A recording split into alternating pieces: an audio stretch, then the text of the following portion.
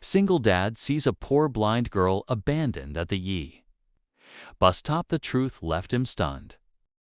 That night, rain fell over the city as if every drop carried the weight of an untold story.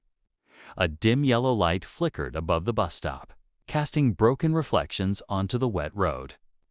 Ion, a single father, was returning home after a long shift. The exhaustion of the day was visible on his shoulders. But heavier than physical fatigue was the silence waiting for him at home. 3 years earlier, his wife had lost her life to illness, and since then, life had become a continuous chain of responsibilities. His young son was growing up without a mother. And every day, Ion tried to appear strong, even when he felt shattered inside. As he passed by the bus stop, his eyes fell on a girl sitting alone on the bench. At first, he noticed only a solitary figure, soaked and motionless. But as he moved closer, his steps slowed and then stopped altogether. A black cloth was tied over the girl's eyes, turning darkness into her permanent world.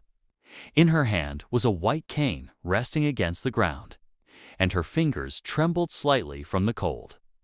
Her clothes were clean but worn, as if they had been carefully preserved over time rather than replaced. Rain trickled down her hair, and she sat facing forward, unmoving, as if waiting for someone nor perhaps for a hope that had already abandoned her. A strange ache stirred in Ion's chest. He looked around. There was no one else. No bus arrived, no passerby stopped to speak to her. The city, usually loud and restless during the day, felt indifferent and empty at that hour. Ion thought about getting home late, but his feet refused to move forward. His son's face flashed. In his mind, how he used to wake up at night, calling for his mother, only to remember she was never coming back. This girl, too, seemed to be searching for support. The difference being that darkness stood before her eyes while the world had stopped, seeing her altogether. Ion slowly walked closer and spoke gently. "Are you okay?" The girl did not respond immediately. Her head tilted slightly as if the sound had reached her, but trust needed time. Ion spoke again, softly. "The rain is getting heavier. Why are you sitting here alone?" She took a deep breath before answering.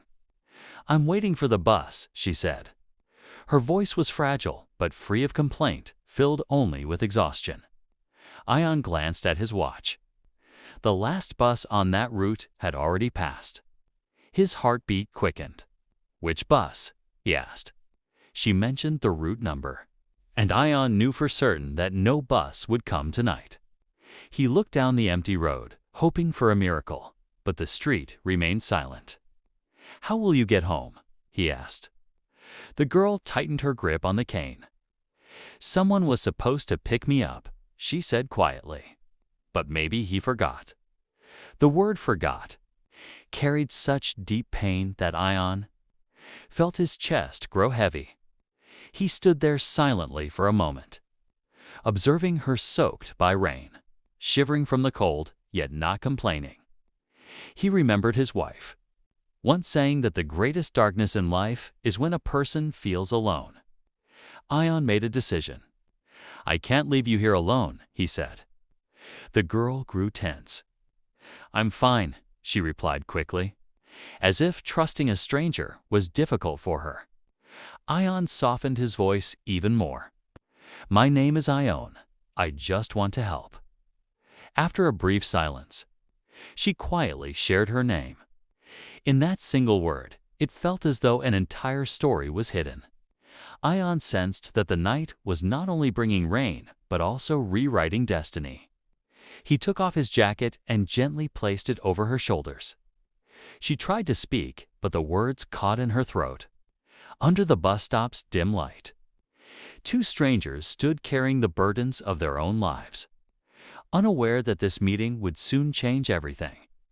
This was not merely the beginning of a story about a helpless girl and a single father. It was the first step toward a truth that would leave Ion completely stunned. Ion guided her carefully toward his car. every step slow and deliberate, making sure she felt safe with each movement.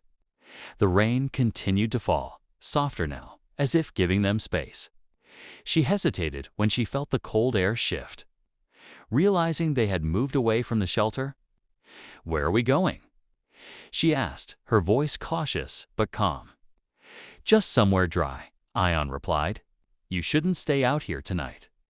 After a brief pause, she nodded, trusting the steadiness in his tone more than the words themselves.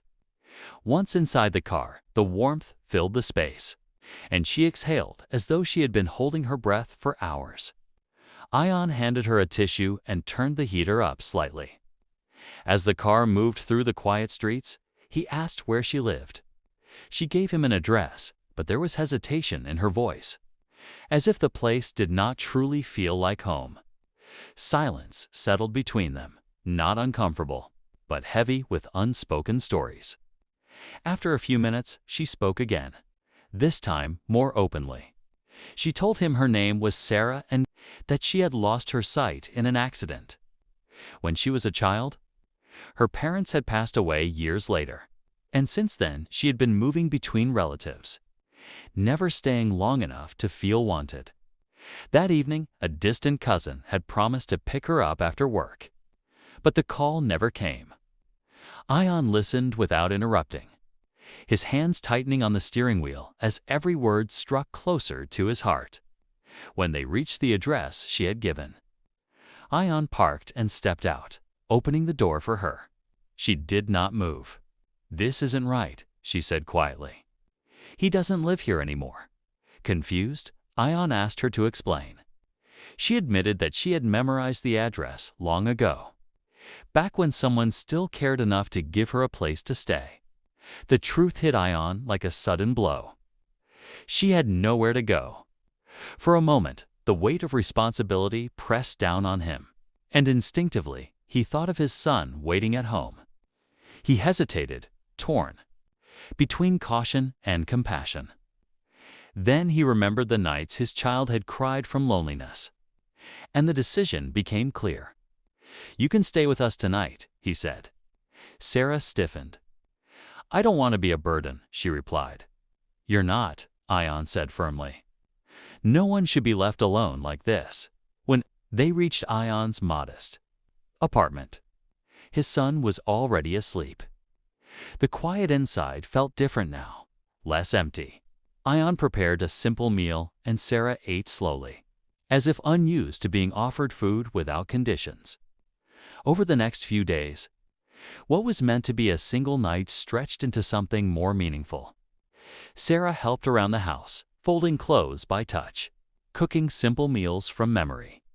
She listened to Ion's son with patience, answering his endless questions, making him laugh in ways Ion had not seen since his wife passed away. One evening, while sorting old documents, Ion came across a file his late wife had kept hidden away. Inside were hospital records and letters, carefully folded. As he read them, his hands began to shake. The papers spoke of a child injured in the same accident that had taken his wife's eyesight. Temporarily years ago, an accident his wife had never fully explained. The name on the report matched. Sarah's Ion's breath caught in his throat.